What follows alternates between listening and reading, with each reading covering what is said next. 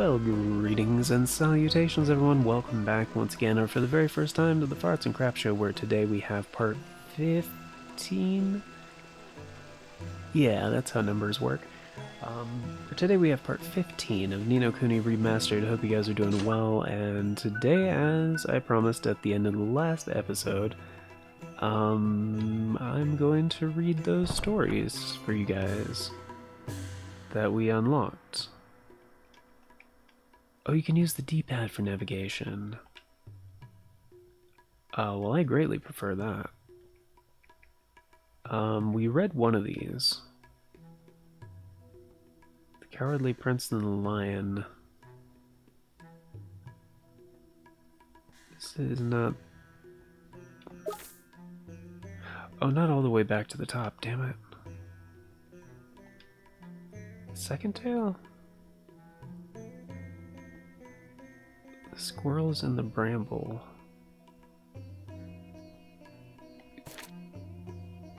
Yeah, that was the one that I read already. Yeah. And these, like... This book, guys, is way more detailed than it has any right to be. Like... It's very impressive. Oh, and there's a splash page. That's cool.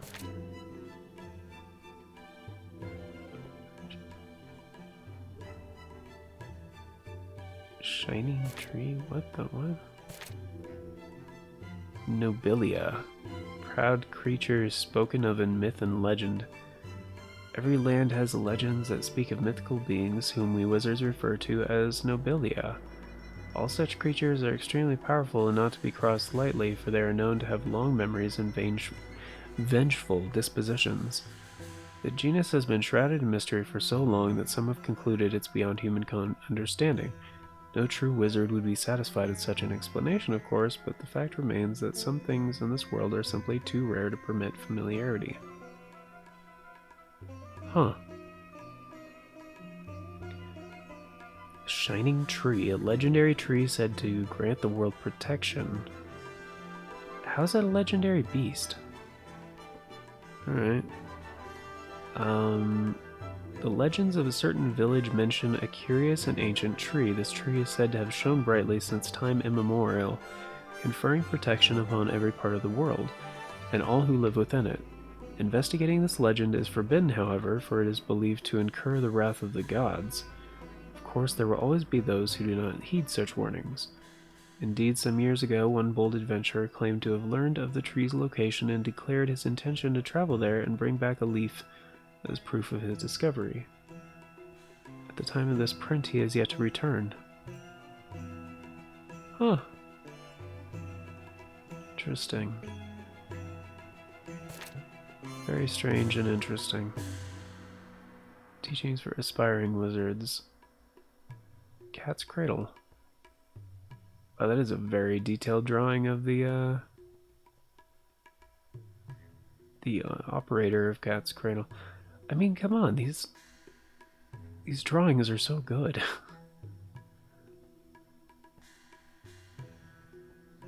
I mean, I bet there was a team at Studio Ghibli that was just like, yes, we are doing this. That's so cool. Anyway. Cat's Cradle. Even the greatest of sages must rest from time to time, and those who find themselves far from home and weary from wizardly exertion know to make for the nearest Cat's Cradle. Cat's Cradle chain of inns has branches in every part of the world, and each one boasts different amenities. Some are simply hotels, while others are grand spa resorts.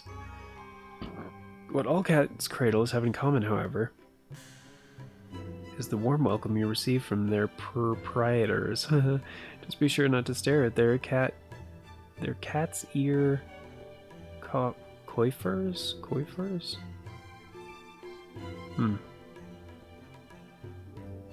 Okay. Strange dreams. Many guests have spoken of the strange dreams they've experienced while sleeping in Cat's Cradle establishments, but they never seem to remember what transpired therein. Curiously, guests only seem to have these dreams when they sleep in a room that contains a piece of art entitled A sketch of the dream world. The fuck? Huh. This is a really cool, like, splash screen. I love the Wizard's Companion. Like, I would absolutely adore a physical, like, copy of this book. Chapter 6, The 12 Tales of Wonder. Like, in little accents and stuff. I mean, come on, man. Be they comical, or tragic. Wow. Tall tales beside the fire are much akin to magic in the wonder they inspire.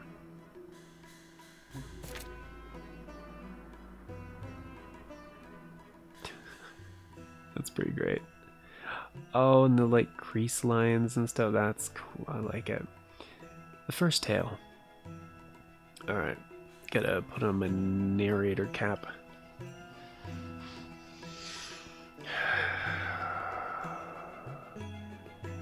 The first tale, The Cowardly Prince and Lion. The Cowardly Prince. In a certain country there lived a prince named Tamalo, who was sharp of mind but weak of spirit. His father was a brave king, strong, wise, and loved by his subjects. But the noble example he set served only to weaken Tamalo's spirit. On one occasion, his father told him thus: "Soon, my boy, it shall be time for me to retire, upon which thou shalt become king." While the announcement delighted the prince, it filled him also with terrible dread, for he did not have the spirit required to ascend to the throne. In his vexation, he wandered from the castle, lost in thought, whereupon he encountered a fearsome-looking lion. The prince tried to flee, but the lion caught him easily in his paw, lifted him to his gaping mouth, and swallowed him whole. At first, the prince thought he was doomed, but at length he began to reconsider his position. "At least I no longer have to become king," thought the prince. After taking a deep breath, he said to the lion, "Mighty lion, I am the prince of this country, and the day after tomorrow I was due to become its king. Since thou hast now swallowed me, however, thou must needs become king instead." "King, replied the lion. "I shan't complain about that." Whereupon, the prince led the lion back to the palace. The courtiers were shocked to see the lion enter the palace, but the prince pleaded with them from inside his stomach, and the lion was accepted as king. The king proved to have quite the aptitude for royal duties. Whensoever there was a dispute in his kingdom, the lion would simply growl at the quarrelers. "Stop complaining, or I shall eat you alive." Whensoever a bridge was swept away by a flood, the lion would simply use his paws to rip down a tree and lay it across the river. Regarding taxation and legal matters, the lion was utterly ignorant, but whensoever such a problem arose, Prince Tamalo would speak to him from inside his stomach and provide him with a sound solution. Two Dragons. After some time, news reached the king that two dragons were ravaging the eastern and western edges of his kingdom. The people were terrified and looked to their king to deliver them from this terrible evil, upon which the king announced that he should go and smite the dragons himself. But even the fearsome lion stood no chance of defeating two such terrible dragons. "My dear stomach dweller," said he then, "what in the wide world should I do now?" Prince Tamalo considered the lion's question, and at length provided him with a suitable scheme. The lion headed east, to the part of his kingdom that was being ravaged by the larger dragon, and roared in its ugly face.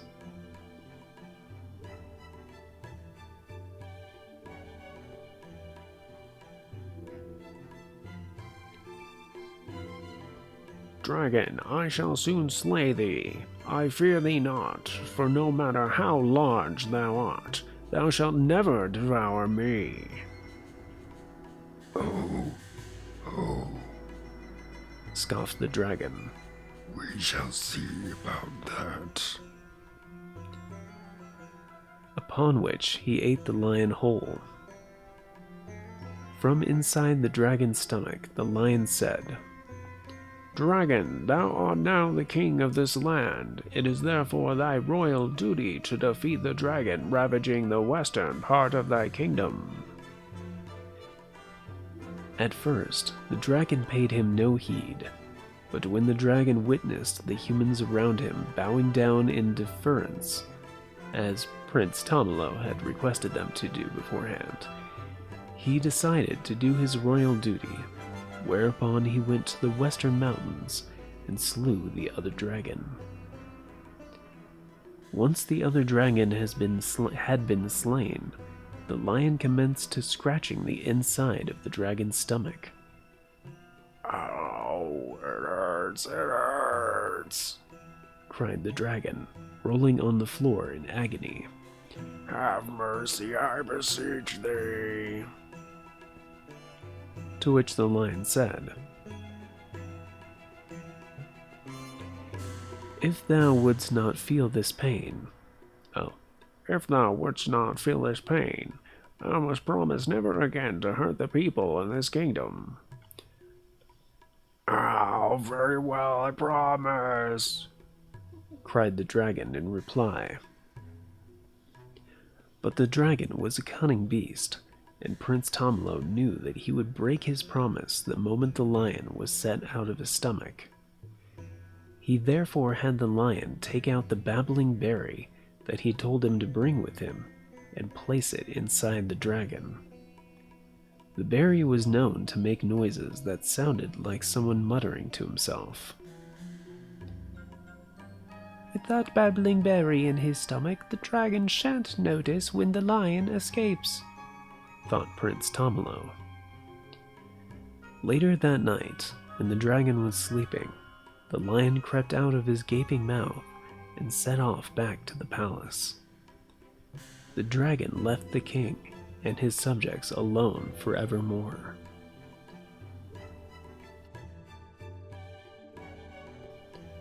A new king. The kingdom had been at peace for 10 years when the lion said to Prince Tomalo, Stomach dweller, it is time thou camest hence from in there. I would have thee take my place on the throne. Prince Tomalo was shocked and replied in a quivering tone, I fear that I do not have the spirit to become king. But thy judgments over the past 10 years have been invariably wise, said the lion. That is as may be, but I am a coward, replied Prince Tomalo. It was only because I was protected by a great strong lion that I could act so decisively. Yet the lion paid no heed. With an almighty sneeze, he ejected Prince Tomalo from his stomach. It had been 10 years since Prince Tomalo had seen the wide world of outside, and he could not believe his eyes. The lion's mane was now full white, and his face was covered in wrinkles. Shut up inside the lion's stomach, Prince Tomalo had been quite unaware of any of this. And, by the way, guys, that's a grammatical mistake right there.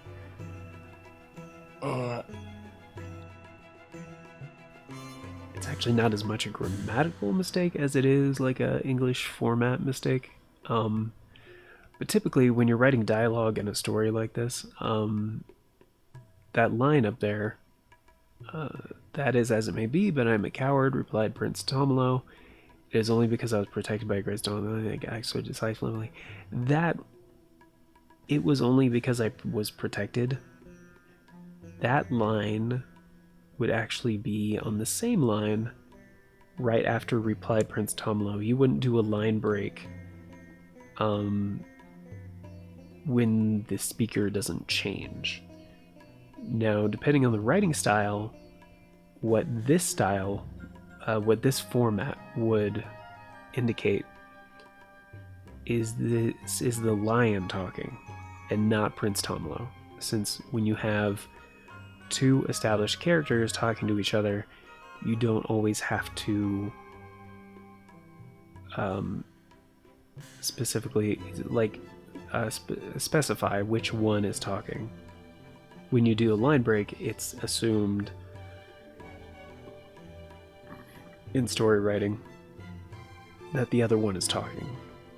So, just a note for you writers out there. Or if you've ever wanted to get into story writing and shit like that. Might be like, Danjo, how do you know that stuff? Because schooling, and I used to want to be like a professional writer and shit like that, so I've written my share of stories.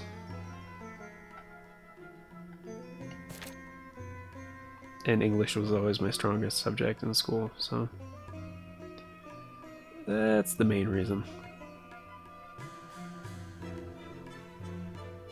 That's cool. I like it.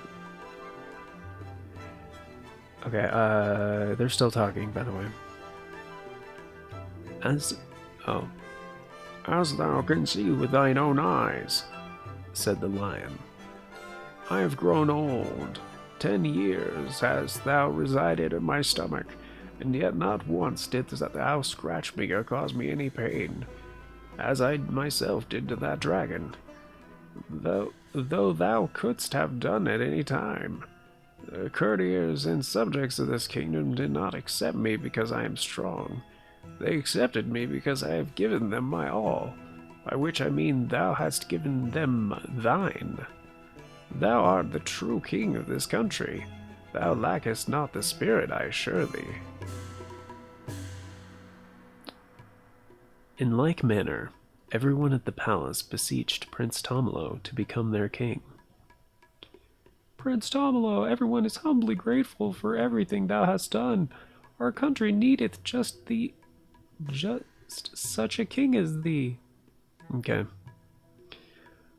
Upon hearing these words, Prince Tomlo felt his courage swell up within him. As king, Tomlo gave still more of himself to his country, and despite the fact that the lion had retired, he continued to live alongside the king in the palace. Though many countries are ruled by animals these days, in ancient times all kings were human.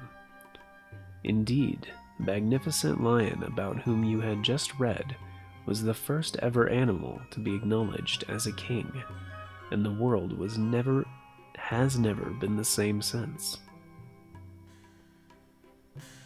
That's cool. It's pretty great. That's pretty gravy. The eighth tale. How old is this one? How long is this one?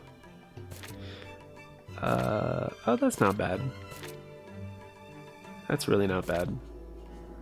It's like, basically like 2 pages. I mean, the first 2 pages, they're all half pages, basically. So it's basically 2 pages. Alright. The eighth tale. The Shepherd Boy. The Lazy Son.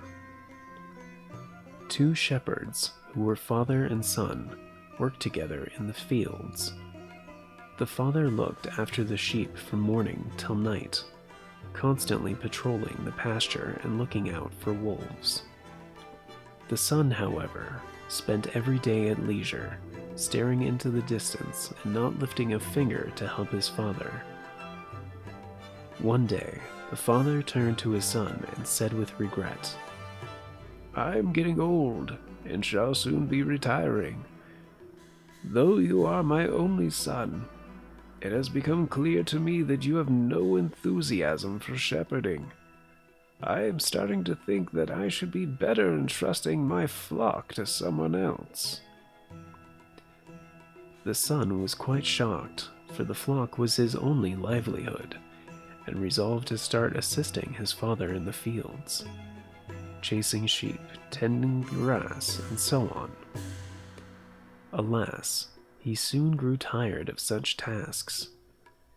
At a loss as to what to do, the son supposed he should pay a visit to old Father Oak, an ancient tree in the deep dark wood, possessed of infinite wisdom on all matters. "Oh, old Father Oak, is there not some manner of fruit that I can swallow to excite my enthusiasm?" The son asked in vexation. "I am afraid that such things do not exist," replied old Father Oak. "There is, however, a fountain hidden deep within a nearby forest. Drinking all of its water provides a goodly dose of energy." Cool. The fountain. Oh, sorry. The fountain. The son traveled in the direction indicated by old Father Oak until he came to the fountain and tested its cool surface with his hand. "I shall take some of this water home with me," he thought, before realizing that he had no vessel in which to carry it. "Alas, I must return home empty-handed," he lamented. The son was about to go back to fetch a jug when he decided to sample a mouthful of the fountain's water. Sure enough, he immediately felt the great surge of energy that old Father Oak had predicted, and used his axe to chop down a nearby tree, carving it into a pitcher that was almost as big as himself. Once the pitcher was finished, the son filled it with water from the fountain he made for home. Sorry. The vessel was very heavy, and the journey was a long one. He nearly gave up on several occasions, but every time he felt like abandoning his journey, he would stop by the wayside to take another gulp of water from the pitcher, and eventually he arrived back home. "I have enough water here to last a lifetime," The son thought with a sigh of relief. He was very weary, and he fell into bed to sleep soundly till morning.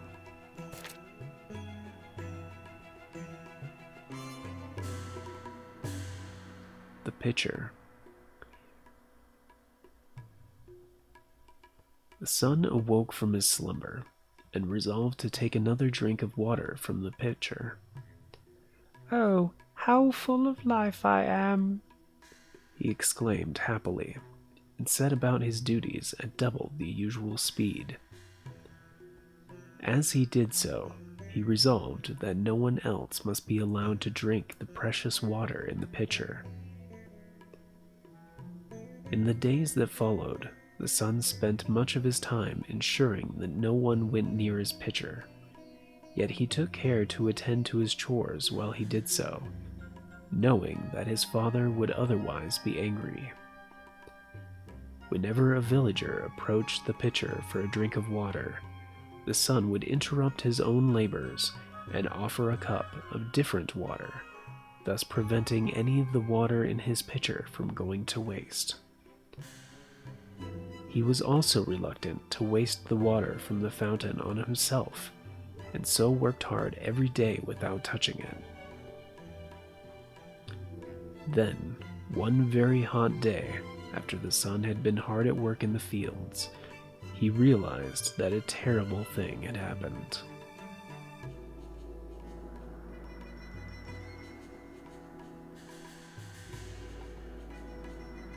The water. The water had evaporated in the searing heat of the sun. When the son realized that the water upon which his future depended had disappeared, he was overcome with despair and collapsed upon the grass. The sight of the son laying prone excited the sight of the son laying prone excited the villagers' concern, and they rushed to see if he was all right, for the son had a gained reputation in the village for being kind and hard-working. On account of all the cups of water he was wont to provide thirsty villagers. Some of the villagers gave the son a drink of water as he lay there, and he was amazed at how delicious it tasted. It was the freshest, cleanest water he'd ever drank, and what's more, it gave him the same surge of energy that the water from the fountain had done. His father stood next to him and said kindly, "No water on earth can compare to the first water you drink after sweating all day. Why, I should think it's a fair sight better than the water from that fountain." For the father knew that his son had visited the fountain. The son rose to his feet and smiled back to his father. "You are right, father. It truly is better by far." Hard toil brings its own rewards. That's it.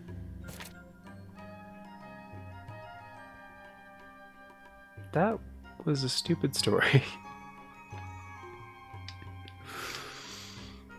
The first one was much better. And you know what? The second tale, the squirrels and the bramble, that was good too. I like that one. In fact, that's my favorite one so far.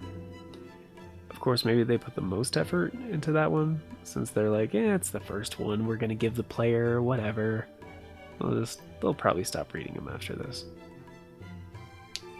That straight up looks like the scene from, oh, again, it's Studio Ghibli. Princess Mononoke, with the spirit of the forest, like, towering over the canopy and shit. Anyway. How much time have we got? 27 minutes. Fuck. I haven't even played the game yet.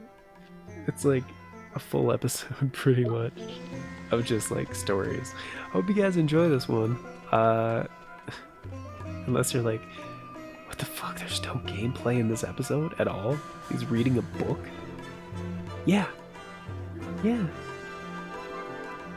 Because, you know, it's part of the game. Alright? That's my reasoning. It's part of the game. And I like it. And this kid is following me. What the hell is your problem? I'll soon compete in the Oasis race. I must practice. Oh wait, are you trying to run? I'm just in front of you? Yeah, he is. Okay. Okay, got it. Let's actually make some progress. Talk to Rashad over here. Excuse me, are you Mr. Rashad? Yes, I am. Mr. Rashad, sir, I need you to teach me magic. I need you to teach me the most powerful spells there are, so I can defeat Shadar. Defeat Shadar? You? Yes, sir. Your journey has been wasted. I no longer practice the magic arts.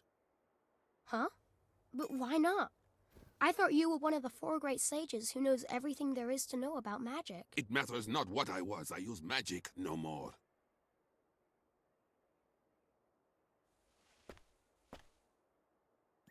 Is she... What do you want? Who are you? Jeepers. The poor thing's broken-hearted, looks like. Shadar stole a piece of her heart. It was my fault. I defied him, and to punish me, he did this. That is why I fight no longer. I cannot risk my child's life. I will not. We must accept our fate and live out our days in peace. Mr. Rashad, sir, you're wrong. She wouldn't want this. She's not in pain because a piece of her heart was stolen. It's because you gave up fighting. Because you gave up on everything. That's why she's in pain. You are sure of this? Yes, I am. I see. I see now that you would say anything to enlist my aid. Huh? Begone! Leave us in peace.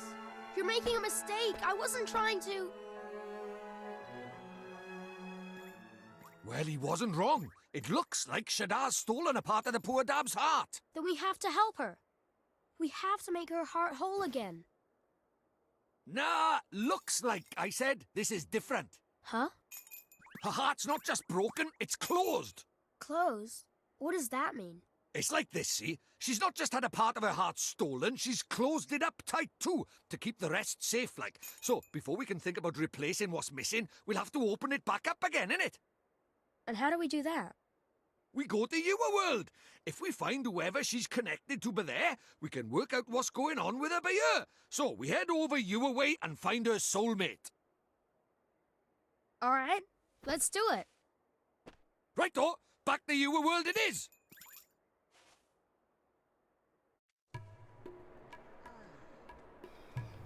Okay, cool. Time for the gas was. I think I can just do it wherever now. It doesn't matter.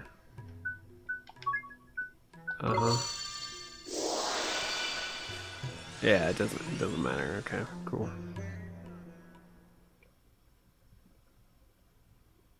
I mean, that is how it tends to go in video games, right? So, way to start the search, eh? Remember how this works, ain't only boy. It's all about spotting similarities. Can't even read anymore. You fucking idiot. Someone around here by someone who's similar to young Esther in some way. Now, what a girl's... Esther... He didn't say her name. Also, that chick is clearly not Rashad's daughter. Adopted? Possibly. Genetically, no. No, she is way too pale. Someone by around here, someone who's similar in young Esther in some way. Now, what do girls know? Girls? I don't talk to girls. Crikey? Well, that's no good, is it? What are we gonna do about this then? I'm sure someone it reminds me of. Can't quite put your finger on it. Brain work won't work. Leg work will. Let's go take a stroll around town, see if we can spot Esther's soulmate that way, shall we? Okay, Mr. Drippy, let's go find that girl. Can you girl that girl? Still can't go to town square. Okay, that's fine.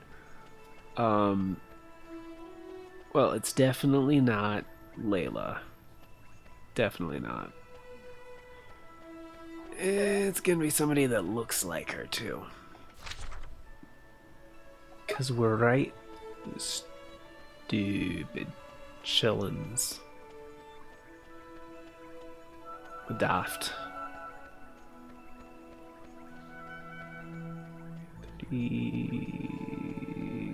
Is that a 3? 30 minutes. Is that right? Is it gonna be, what's her name? The B? Or P? I think her name was P, right? Also, I'm pretty sure this is the first time we've seen this building from this angle. But yeah, I just thought, what's up, man? You having a nice time thinking about girls, ain't it? Sorry, I had to sneeze there. No, I just... There's a girl always looking at us from her window. Oh, right. That girl. Forever Shrinking Violet. That's the window up there. Oh yeah, that does look like her. Starry Mary. That's what they called her. Oh, that's her, Mr. Drippy. Flippin' heck, only boy. Why don't you just think of her straight away? She's a splitting image of him on. Well, of who? 'Cause I'm a fucking idiot. Well, also, you've never really seen her for more than like half a second. Oh, you flippin' thank you, Blockhead, the great sage's daughter, ain't it? Obviously a flippin' soulmate. Is that obvious? I never noticed. Of course, I'm a boy, I'm oblivious, I'm a protagonist in an anime game. All the things. All the things. Sure have good eyes, Mr. Drippy. She was only in the window for a second. Never underestimate the razor-sharp eyes of a fairy, my boy. Spot a speck of dust in the head of a pin I could. That is impressive. Anyway, it's make no mistake, let's go and barge over your way into a bedroom. We're gonna break into her bedroom? That seems like kind of an invasion of privacy, but we could just, like, talk to her photos of people that live there, maybe, possibly? Wait, I can talk to the Durg? Can I talk to the Durg? Hey, Durg. Arga Woof. Would spirit medium work on the dog? That wouldn't work on the dog, right? Am I being stupid? I think I'm being stupid. Nothing happens. Okay, cool.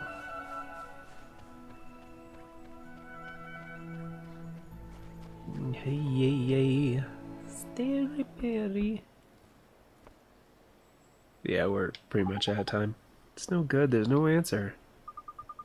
Something the matter, dear? There's nobody home, you know.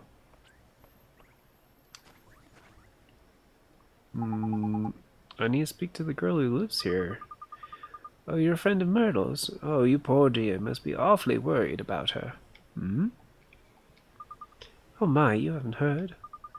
Well, just between you and I, things haven't been going so well.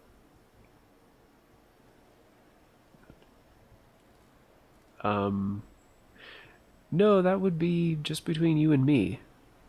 That's not proper. Anyway, things haven't been going so well for Myrtle's family lately. How come? Her father works every hour of every single day, nothing but work, work, work. He's never at home anymore. Such a shame. Rusty was always such a devoted father. Something's happened to him. He's changed. I hear him shouting at them through the walls.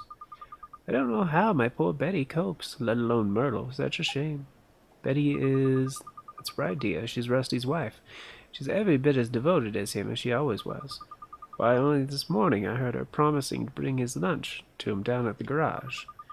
All the love she pours into those sandwiches. It's enough to break your heart. Why, I'm welling up just thinking about it. Such a kind soul. Poor, poor Betty. I have a mind to tell that Rusty Cartwright just how lucky he is. Jeepers. Oh, just listen to me gossiping on and on. Do ignore me, dear. I'm just a silly old woman. Say hello to Myrtle for me, won't you? Where the fuck is Betty, then? Wouldn't she be home? The story doesn't... Plot hole. Crikey, sounds like things are too rosy in the Cartwright household, eh? Mr. Drippy, we can't leave her like that. We have to help her. We have to help Myrtle. And also, probably Betty. It's easier said than done, Ollie boy. She's not coming out for a chat. We're not getting in unless we go magicking the door open. Trellis. Do they have a trellis? You're right, we should use magic to open the door. I'm the only one who knows how. I'm the only one who can go in there and speak to her. Sure you want to be doing this, man? Mom died. You hadn't taken me of your world. I thought I was alone. She hadn't helped me. I'd still be alone right now. That's why we have to help Myrtle. If we don't, we'll be staring at her window forever, all alone. That's just occasion enough for a bit of breaking in under my book. Let's get in there. Okay, Mr. Trippy. Or you could go to the garage and talk to the dad and be like, yo, don't be a dick to your family. You know, just, I reckon that door might open with a bit of magic, Ollie boy, you know the spell, I mean, don't you? It unlocks doors and locks and all that shit. Yeah, spring lock, yeah. Huh? It won't open. Oh, it's not locked. That's probably weird. Rubbish little lock like that. What's wrong, Mr. Drippy? It's the door, Mum. There's an evil power protecting it. Your power didn't... It was repelled by malevolent force. Repelled? Jeepers. Uh-huh.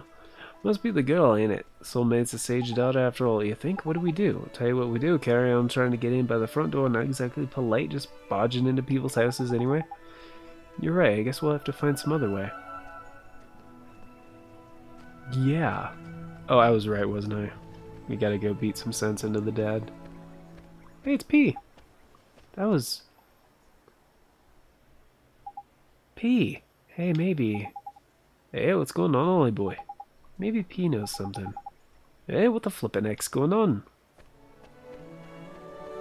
You know, the ghost. Oliver, you have to go in there. Okay. It's open. Ah, flip. Do you know the spell on it or something? It wasn't me, it was P. Huh? Where'd she... Never mind all that. Let's get in there, shall we? There's a damsel in distress up there, man. And we gotta wrap up this episode because it's 40 minutes long already. Oh yeah, she looks identical. Who are you? My name's Oliver. Don't worry, I'm not crazy. I'm a kid from right here in Motorville. Just like you. I know. I've seen you. You have? I'm sick. I can't leave this room. If I go outside, it hurts.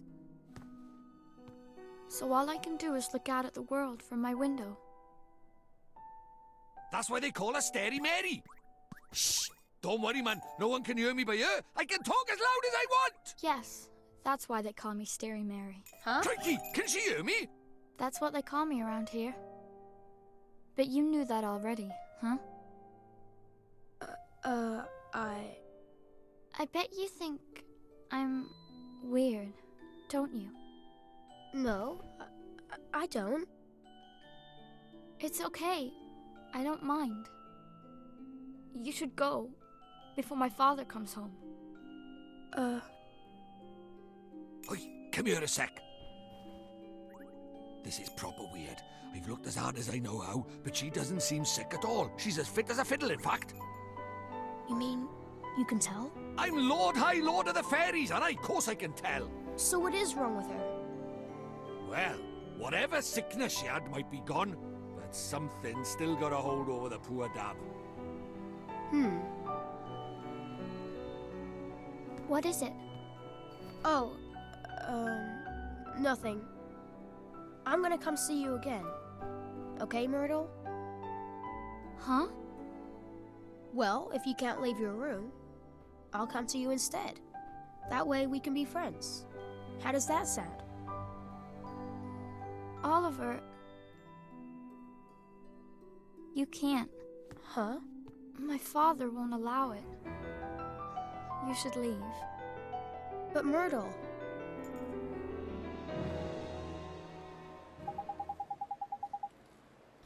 It's just like you said, Mr. Drippy. It's almost like Myrtle and Esther are the same person. Ain't it though? They could be twins, man. I know they just only it's the moment I laid eyes on her. Well, she ain't broken hearted. Something else stopping her from getting better. Must be her parents, her family is. If that old gossip is to be believed, yeah, sounds like our folks ain't getting on too well. But family squabbles are really the kind of thing we don't go get mixed up in, Ollie boy. Why not? We need to help. We need to do this thing so we can help the other person, and which will help her dad in the other world that may or may not exist. Maybe not, but we have to help Myrtle. Family's important. It's everything. Since you put it like that, go on then. Let's help the poor dab out. Next stop, Rusty's shop. Let's go, Mr. Drippy. We're gonna beat the fuck out of a mechanic. On the next episode of Nino Kuni Remastered. No, just kidding. We're gonna, we'll do it now. We'll get this resolved. Must be Yosti's garage. Got a bad feeling in my lantern about this. Make sure you're good and ready before to go in. Yeah, we're ready. Why not?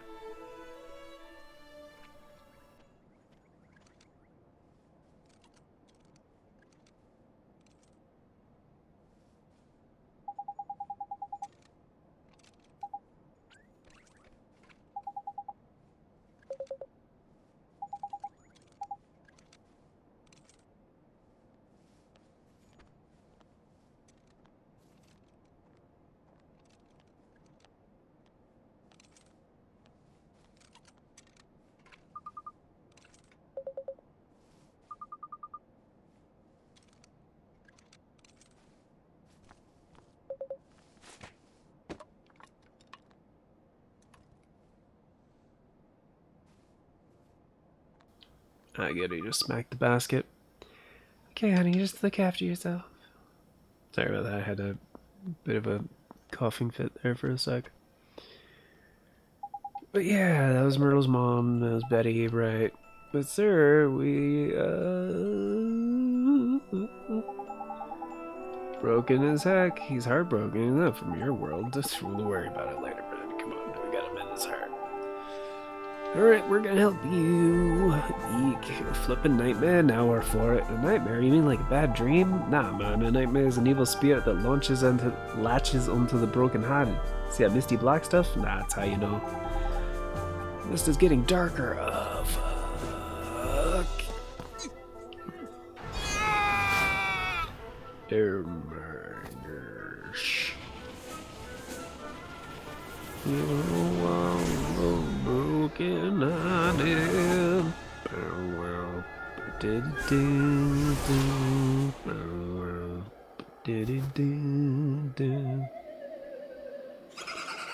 It's my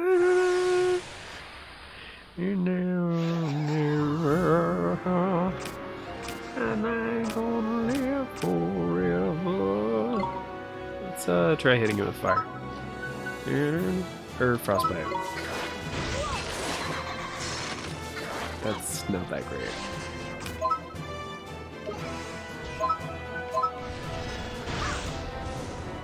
That's also not that great.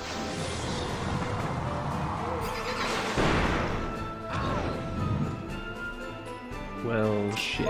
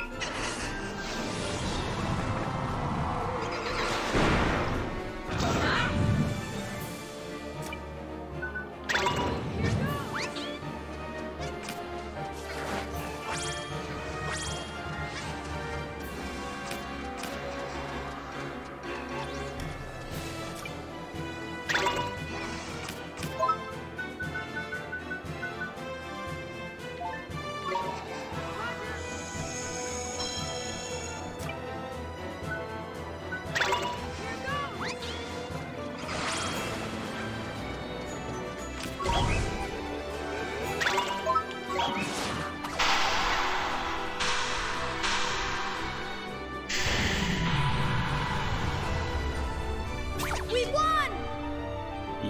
Yeah, barely. That was a lot tougher than what I was expecting.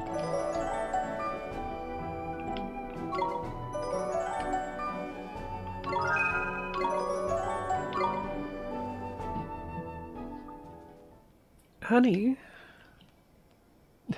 Little boy, why did you beat up my husband? Betty, His heart's still broken. Of course it is, we only got rid of the nightmare mon. Mending his heart is a whole nother problem. But, Mr. Drippy, these nightmares, what are they? Well, they're sort of like beasties, only they're born from broken hearts, and they latch onto them and sort of possess them, see? And Shdar's behind the nightmares, too? Look at him, Ollie boy. Him and Rashad are like peas from the same pod, ain't it? Kinda, yeah. What Shaddar's done, he's better of Rashad. He's got the better of Rashad over in our world by attacking his soulmate over here in your world. That's just awful. He's attacking people in my world now? Looks like it, eh? If we don't mend his heart, we might get taken over by another nightmare. We need to sort this out, Ollie boy. You saw what he was like before, ain't it? It's pretty obvious that he's missing a man-sized helping of kindness. Kindness, gee. That's right, anyone overflowing with the milk of human kindness, bring to mind Ollie boy. Real kind person, huh? Yeah, his wife, duh. Honey, oh honey, are you okay? Get off to me, please. Oh, well, sometimes the thing you're looking for itself. The thing you're looking plonks itself. Wow, I read that so wrong. Down right on your doorstep. There's a lucky. I guess so. Come on, I have to ask her about it. Excuse me, ma'am. Why, you're Allie's son. Yes, that's right. I have something to ask you. Could I borrow a little bit of your kindness? Blah, blah, blah, blah. Mrs. Carr, healing touch. Nothing happens. Take heart.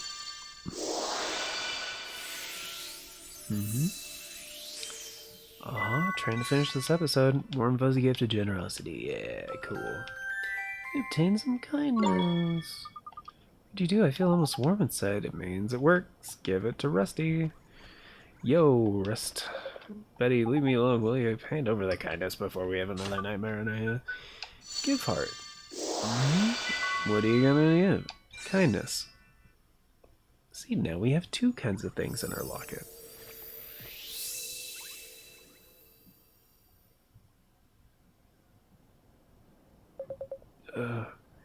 what are you doing?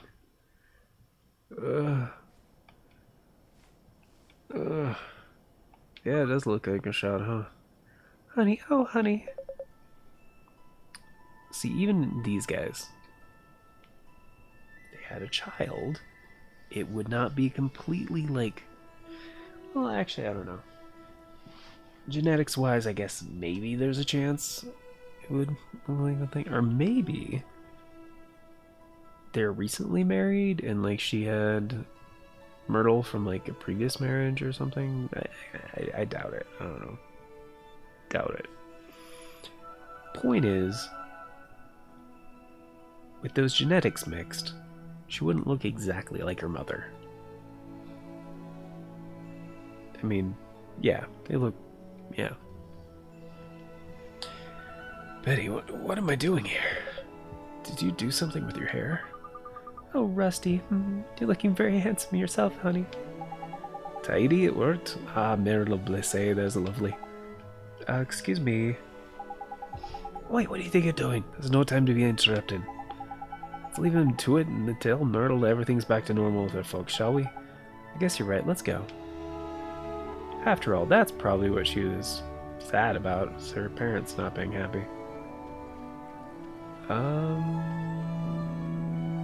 Shit, this is gonna be almost an hour long.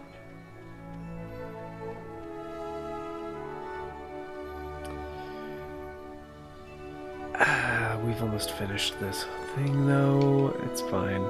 It's fine. We'll just go talk to Myrtle. I'm sure she'll be like, everything's cool. Groovy. Oliver, what is it? Well, if my father sees you, he'll... Myrtle, come with me. Huh? You can go outside now. You're not sick anymore. I can't, Oliver. Just thinking about going out there gives me goosebumps. Myrtle, Oh, go on out and play, Myrtle. but... Father? Sweetheart, I'm so sorry. I don't know what happened to me. I wasn't there when you were sick, when you needed me, and I was fighting with your mother the whole time. I guess maybe the thing that was keeping you closed up in here, maybe it was me. Father? You were scared somewhere deep down that if you went away, even for a little while, your mother and I would lose the one thing keeping us together. That we wouldn't be a family anymore. I'm right, aren't I? That's why you were. Something deep inside you wouldn't let you leave the house.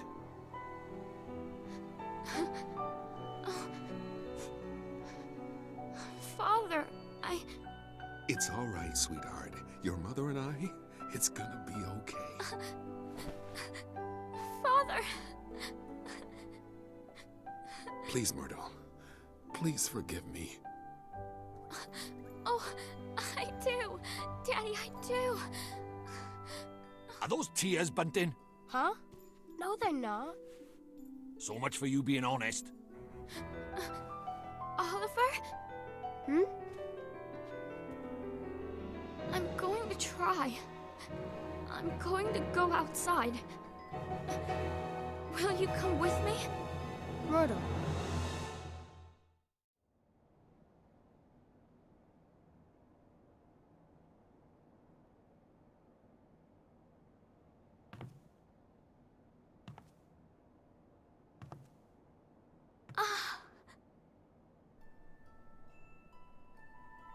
Myrtle! I did it! Oliver, I did it! I'm outside! I'm outside! Ah, that's beautiful.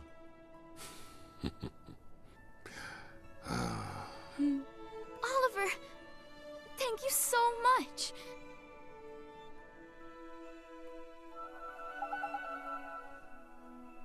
I'm so happy for you, Myrtle.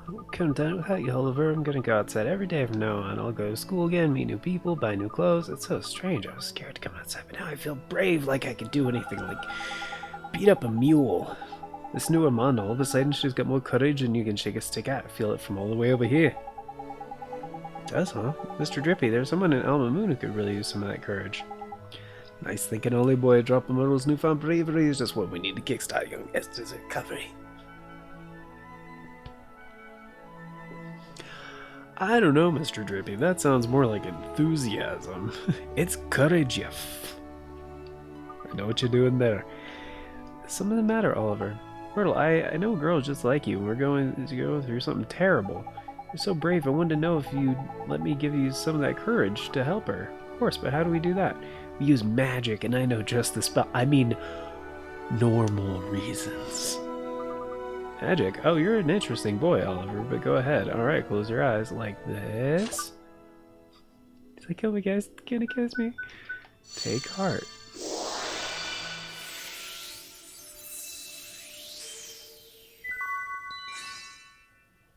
Yeah, stout and sturdy force of fearlessness. Heart feels warm means the magic worked. Thank you so much, Myrtle. Now my friend can finally get better. I'm glad. Righto, Ollie boy, you got some courage to deliver in it. Let's get going. Sure. Myrtle, I have to go now. Wish your friend luck for me, won't you, Oliver? I hope she gets better soon. Thanks, Myrtle. I will see you again soon, Oliver. And we will see Oliver again soon on the next episode of Ni no Kuni Remastered. Thank you guys so much for stopping by. I hope you had a good time. Sorry this one went an hour and a minute. Oh my goodness, so long. Sorry, the first like 25 minutes was just me reading stories. Wanted to get something done, and I forgot how long that took. I knew there was a battle and some other shit, but I did not think it was gonna take that long. Anyway, see you guys next time for part 16 of Ni no Kuni Remastered, and very special thank you to our Farts and Craft Show members, Old Cranky Gamer and Devalis Draconis and Retro HD. Thank you guys for checking out the join button and choosing to support the show a bit more directly. It greatly helps out. I'm gonna get some food because I'm freaking starving, and I'll see you guys in the next one. Until then, have a wonderful day, and please take care.